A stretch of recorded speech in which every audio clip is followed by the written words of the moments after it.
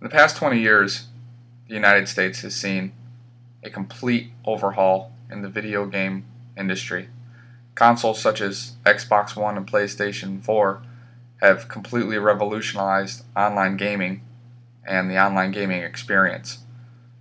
Pretty much, you can log on to your gaming console and play online real time with anyone across the globe, pretty much, with 1080p graphics. So with these advancements, we've seen an increase in violent video games with violent and sexual content. So a lot of this content is pretty much unrestricted. So how it works is the gaming, whatever gaming brand it is, such as like, let's say EA Sports or something like that, they put a rating on the games, much like a movie does. However, the for someone of a young age to get a hold of these video games is pretty easy. All they really have to do is ask their parents to buy it for them, and that's it. So what I'm going to talk to you about today are violent video games and how they give way to feelings of violent acts to young children, that violent acts are not only justifiable, but they're somewhat normal in nature. Many young children take these games literally, and they have been known to carry out similar acts of violence in their everyday lives. So now that you know what I'm going to talk about to you today, let's get right into meat and potatoes and about these violent video games. I'm going to talk to you a little bit about the games and give some examples.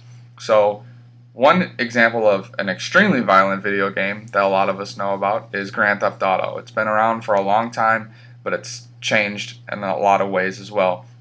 So basically in this game you can jump in, and the main point of this game is to you go through multiple different storylines with multiple different characters, but for the most part people buy it so they can go on there and run around and shoot and kill people, shoot and kill cops, pick up prostitutes, things of that nature. So, and I'm not gonna lie, I've played the game before, but as a 25-year-old grown man. And playing online, I've heard, 5, 6, 7, 8-year-old kids on there playing these games, and I just wonder, how are you allowed to play this game? So the way ratings work, like I said, the video game is given a rating, but the content is not really regulated, and this unregulated content gives way to violent acts from young children. Growing up, this is all they have to learn off of, and kids that sit inside and play video games all day, this is what they know.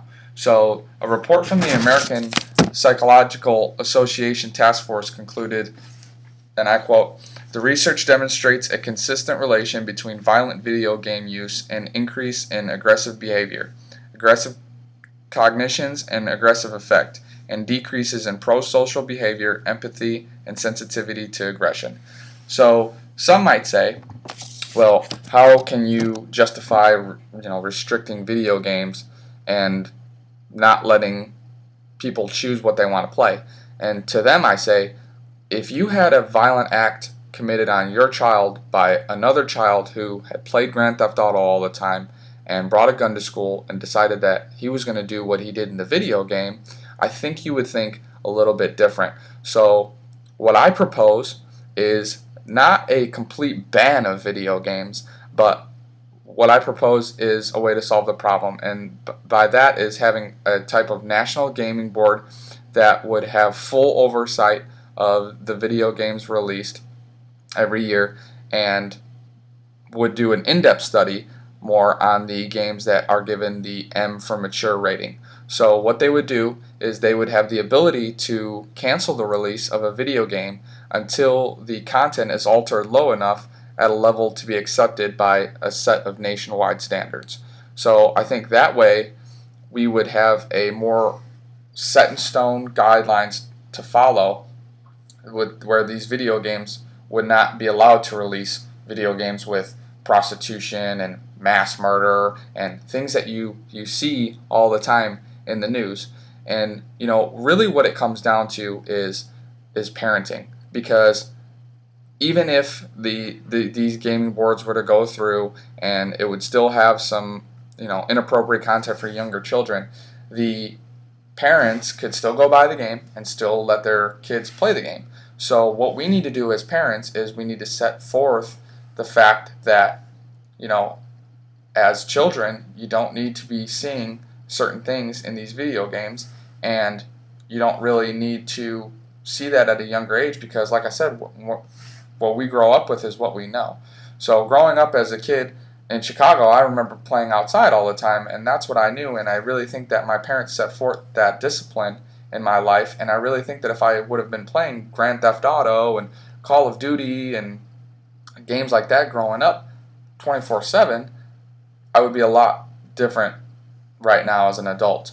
So, in conclusion, the American way when it comes to restriction anymore is the less restriction the better. Children under the age of 18 that are allowed to play video games that are violent or sexual in nature, they've been clinically known to display these behaviors in their everyday lives more than a child who doesn't. So I think the best way to stifle these acts is by controlling the content that's in the video games. I hope you take some time to think about what I talked to you about today, and thank you for your time, and have a wonderful day.